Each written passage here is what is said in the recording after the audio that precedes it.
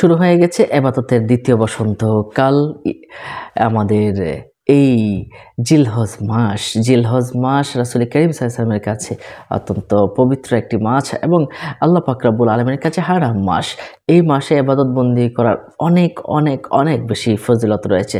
তো ইয়াউমে আরাফার দিন 9 জিলহজে রোজা রাখার বিষয়ে কিন্তু রাসূল করিম সাল্লাল্লাহু আলাইহি ওয়াসাল্লাম থেকে হাদিস পাওয়া যায়।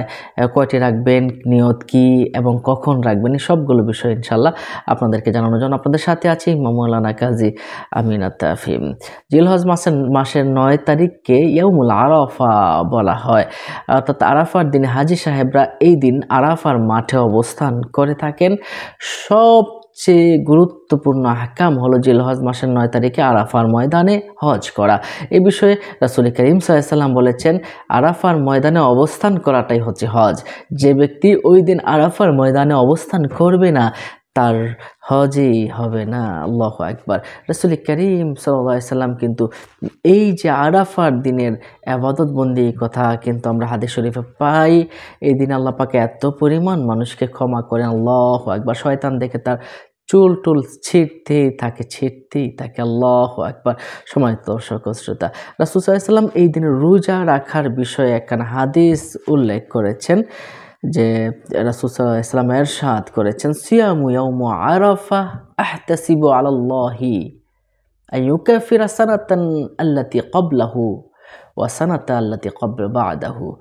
অর্থাৎ মুসলিম শরীফের 1162 নম্বর হাদিস শরীফে রাসূল করিম সাল্লাল্লাহু আলাইহি ওয়াসাল্লাম ইরশাদ করেছেন, আরাফার দিনের রোজার ব্যাপারে আমি আল্লাহর কাছে এইটুকু আশা করি, তিনি 1 বছর পূর্বের গুনাহ, 1 বছর পরের গুনাহ আল্লাহ পাক রব্বুল আলামিন মাফ করে দিবেন এবং কাফারা হয়ে যাবে।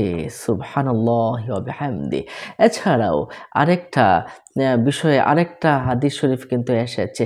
রাসূল করিম সাল্লাল্লাহু আলাইহি ওয়াসাল্লাম বলেছেন, হযরত আয়েশা সিদ্দিকা রাদিয়াল্লাহু তাআলা আনহা কিন্তু বলেছেন, 1000 দিন রোজা রাখার সমান সওয়াব তার আমল নামায় লিখে দেন বলে হযরতে উম্মাহাতুল মুমিনিন আয়েশা সিদ্দিকা রাদিয়াল্লাহু তাআলা আনহা কিন্তু উল্লেখ করেছেন।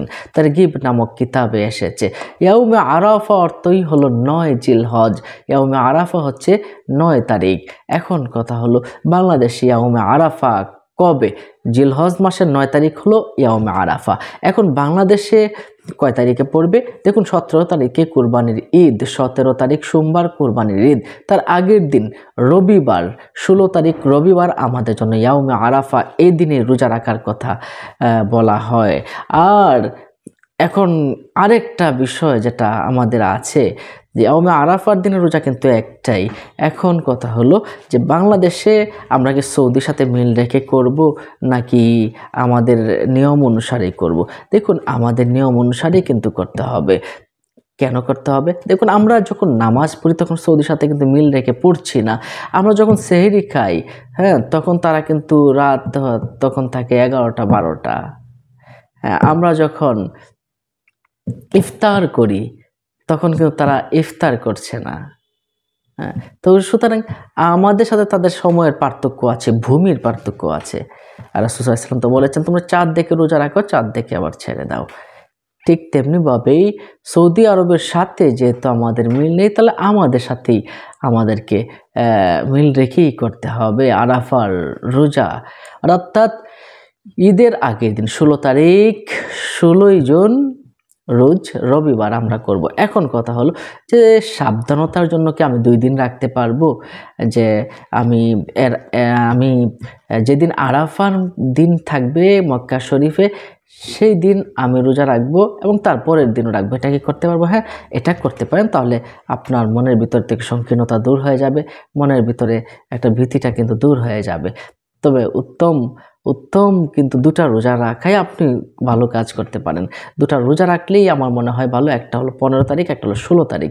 15 তারিখ শনিবার, 16 তারিখ রবিবার। আর তাছাড়া জিলহজ মাসে কিন্তু 9 তারিখ, 1 তারিখ থেকে 9 তারিখ পর্যন্ত 9টা রোজা রাখার বিষয়ে কিন্তু রাসূল করিম সাল্লাল্লাহু আলাইহি ওয়াসাল্লাম বলেছেন। প্রত্যেকটা দিনের রোজা রাখার বিষয়ে একটা কি আছে, ব্যাপকভাবে ফজিলত বর্ণনা করা হয়েছে। সম্মানিত দর্শক ও শ্রোতা, তাহলে আপনি বাংলাদেশে এবছর 2024 সালে আপনি রোজা রাখবেন হলো রবিবার সারাদিন আপনি রোজা রাখতে পারেন, আবার শনিবারেও আপনি রোজা রাখতে পারেন। অর্থাৎ 15-16 তারিখে আপনি 15-16 জুন তারিখে আপনি রোজা রাখতে পারেন। আপনি নিয়ত করে নেবেন যে আল্লাহ আমি ইয়াউমে আরাফার দিনের রোজা রাখছি, তুমি কবুল করো। এটুকু বললেই সেহরি খেয়ে কিন্তু হয়ে যাবে। তারপর যখন ইফতারির টাইম হয়ে যাবে তখন ইফতার মুখে নেওয়ার আগে খেজুর মুখে নেবেন, খেজুর নিয়ে নেওয়ার পরে আল্লাহ আপনি এটুকু পড়বেন আল্লাহুম্মা, আপনি এই দোয়াটা কিন্তু পড়বেন। কোন দোয়াটা? হে আল্লাহ, আমি তোমার রিজিক দেওয়া রিজিক থেকে আমি ইফতার করছি। আল্লাহুম্মা লাকা সুমতু ওয়া আলা রিজকিকা আফতারতু। সম্মানিত দর্শক ও শ্রোতা, তাহলে আরাফার দিনের রোজার বিষয় জানলাম। অবশ্যই আমরা প্রত্যেকে আরাফার দিনে রোজা রাখার চেষ্টা করব। ভালো থাকুন, অন্য মুমিন মুসলমান ভাইকে জানাতে শেয়ার করে দিন। আসসালামু আলাইকুম রহমতুল্লাহি ওয়া বারাকাতুহু।